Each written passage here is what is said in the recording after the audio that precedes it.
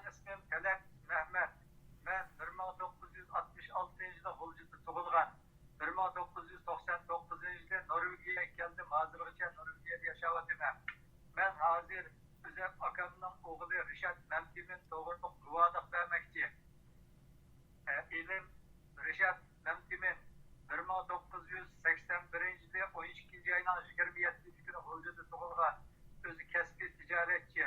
To'liq so'zli ma'lumot bergan. U 2015 yilda opamni ilib Norvegiyaga bizning taklifimiz bilan kelib 3 oy turib ketgan. Ketgandan keyin 2017 yilning o'rtalarigacha ancha-muncha so'zlashib turdik. 2017 yilning o'rtasidan tortib hozirgacha yo'qotib qo'ydik. Bir oy bo'ldi, pichoq surishtirish orqali 2 yilning o'zi buni akirib ketganligidan xabar topdik.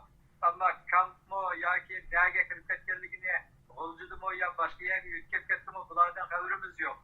Hamda shu munosabatli o'rinlarning bizga yordamlashib, jiyanimning qayerda ekanligini, sog' yoki nima ekanligini xabarni aytib berishini, buni unga bir yordam qilishini talab qilib, bu guvohlik beryapman.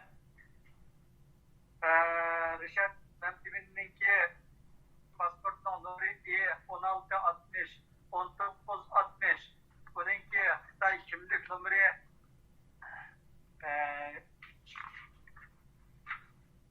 kimlik nomeri 6541 01 1981 12 27 14 15.